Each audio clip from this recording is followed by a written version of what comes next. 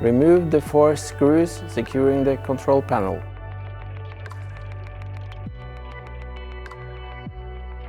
Disconnect the cable.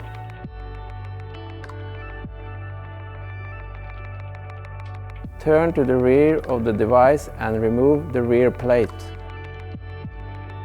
Remove the 3 screws securing the round plate. Remove existing tape and replace it with a new tape.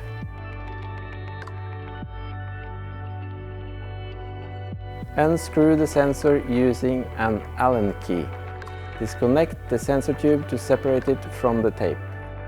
Replace with a new sensor and reconnect it to the cable plug.